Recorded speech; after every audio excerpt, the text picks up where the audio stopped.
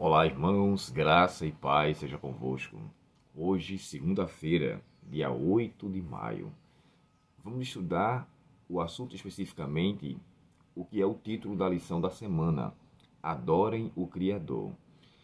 Eu estava observando, irmãos, o texto de Apocalipse 14 e observei que existe na primeira mensagem angélica pelo menos 3 verbos, né? No caso, o primeiro verbo fala de temer, no sentido de respeitar, de prestar-lhe culto através do respeito, da reverência, não temor de ter medo. O segundo, que eu acho mais interessante, que está no meio, é dar. É interessante que a gente, na verdade, não consegue dar glórias a Deus por nossa natureza. A nossa dádiva a Deus é uma demonstração de que o Espírito dele habita em nós e nós automaticamente reconhecemos e então devolvemos ou prestamos-lhes uma devolução de glória àquilo que ele nos dá. Por que eu estou falando isso? Quando o texto de Filipenses 2,13 fala que é ele quem efetua em mim o querer o realizar, então eu não consigo, por minha natureza, dar-lhe a glória que lhe é devida. E agora, no final, ele fala do outro verbo que se chama adorar. E adorem aquele que fez os céus e a terra. Irmãos, eu falei para vocês na lição de sábado que o sentido da adoração, ele envolve um reconhecimento de quem é Deus. E ele, na verdade, nos criou. Então, eu não sou de mim mesmo, né? Eu não me pertenço, eu não tenho o direito de pegar a minha vida e fazer o que eu quero, porque ela é uma dádiva, ela é uma bênção, na verdade, a minha vida é um dom de Deus, é um presente de Deus. Então, se eu reconheço a minha vida de a quem ela pertence, eu tenho que levar em consideração a devolução da minha adoração àquele que me criou. Sabe, existe uma história na Bíblia que, pelo menos, eu encontro na história, curta história, pelo menos 10 vezes a expressão adoração.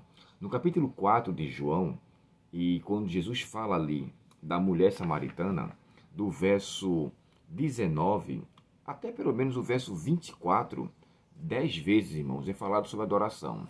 E Jesus, quando fala para aquela mulher samaritana, ele chega a dizer assim: vocês adoram o que não sabem, nós adoramos o que sabemos. E o título que é colocado pelo o tradutor da Bíblia é a verdadeira adoração. A adoração, na verdade, envolve fidelidade. Jesus estava falando àquela mulher, irmãos, que a fidelidade dela ao que ela adorava não consistia na verdadeira adoração. Então eu entendo o seguinte: adorar é ser fiel. E a minha fidelidade demonstra, na verdade, se eu sou fiel a Ele pela minha adoração. Mais uma vez, uma coisa leva a outra. E aqui, o autor da lição, ele faz vamos dizer assim, ele faz uma demonstração, demonstra o que Deus criou para que a gente reconheça a sua grandeza. Irmãos, quando ele fala aqui do sol, ele fala que o sol, ele tem aqui aqui embaixo, estava procurando aqui a parte, olha, para termos uma pequena ideia de quão limitado é o poder de Deus, consideremos apenas um objeto de sua criação, o Sol, que produz mais energia em um segundo do que a humanidade produziu por meio do petróleo, por meio do gás, do carvão ou fogo. É por isso que existem hoje, né, depois de algumas descobertas, carros movidos à luz solar. Também as pessoas estão colocando energia solar em suas casas, para com que a energia que é adquirida pelo sol, aí tem aquelas placas metálicas que se colocam, elas sejam adquiridas e sejam utilizadas com um custo bem menor. Olha que isso na antiguidade, por mais que se tivesse um conhecimento, não se tinha tecnologia para isso. E a gente olha principalmente um objeto do que Deus criou, o sol e a energia que ele tem. Quando eu observo daquilo que Deus criou, e aqui ele faz comparações com estrelas, sabe? O seu tamanho, a sua dimensão. Gente, Deus é muito maior do que o sol, sabe? É por isso que o texto fala assim: adorem aquele que fez o céu, a terra, o mar e as fontes das águas. Quando ele fala do céu, ele fala de tudo que envolve o céu. A lua, as estrelas, o sol, tudo. Então adorem ele que criou tudo isso. Qual é o tamanho de Deus? Quão grande é o nosso Deus, como diz um hino, quão grande és tu, sabe? Quando Cristo voltar, nós teremos o prazer de vê-lo face a face e de não só conhecê-lo pelo seu tamanho, mas conhecê-lo pela sua personalidade. Deus, irmãos, ele é uma pessoa que deve ser verdadeiramente adorado por tudo que ele fez. Satanás, lembrando que ele também quer adoração. Ele exige adoração. Deus não exige adoração. Ele suplica, ele pede que nós o adoremos, principalmente por aquilo que ele é e, consequentemente, por aquilo que ele faz. Eu reconheço, pela minha frágil e pequena fé, que Deus é o único que deve ser o autor do meu cuidado, da administração do meu tempo. Ele é o único que eu devo a ele uma fidelidade com sinceridade, não uma fidelidade hipócrita ou uma aparência de fidelidade com uma adoração, deturpada, comprometida. Não deve ser assim com Deus. Eu tenho que pedir a ele que a cada dia eu o adore em espírito e em verdade. O adore de fato com o coração, porque a minha vida pertence a ele. Irmãos, Paulo escreveu que Cristo morreu para que aqueles que vivem não vivem mais para si mesmo, mas por aquele que por nós morreu e ressuscitou. Que eu e você tenhamos a consideração de adorar a Deus como Criador de todas as coisas.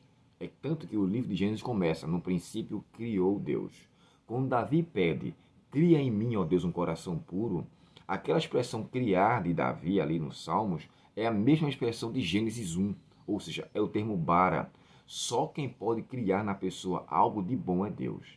Então eu tenho que pedir a Ele que Ele nasça em mim, como diz o hino, e me salve do meu egoísmo, das minhas más escolhas, dos meus maus desejos. Que eu e você possamos pedir a Deus essa dádiva, que é a criação em nosso ser renovada a cada dia, e que reconheçamos a Ele por tudo que Ele fez. Claro que nós nunca iremos reconhecê-lo em sua magnitude, mas pela nossa condição, que a gente adore a Ele, irmãos, mas adore verdadeiramente, com o espírito agradecido, com o senso agradecido, e acima de tudo pela verdade dEle, pela verdade sincera, sem mácula, sem mancha, sem hipocrisia. Que Deus nos habilite para essa tão sonhada adoração, e quando Ele voltar, possamos adorá-lo pela sua presença, pela sua recriação e, acima de tudo, pelo dom da salvação. Oremos ao Senhor. Querido Pai Celestial, observamos, Senhor, nesse pequeno estudo, quão grande é o Teu poder e a Tua pessoa a criar esta terra, a criar este mundo, a criar o universo. Senhor, por favor, nos dá consciência de que nós não somos de nós mesmos. Nós fomos criados por Ti. O diabo, Senhor, ele quis deturpar a Tua criação com a evolução. Mas nós temos a certeza que o Senhor nos criou e de Ti, ou a Ti, nós pertencemos.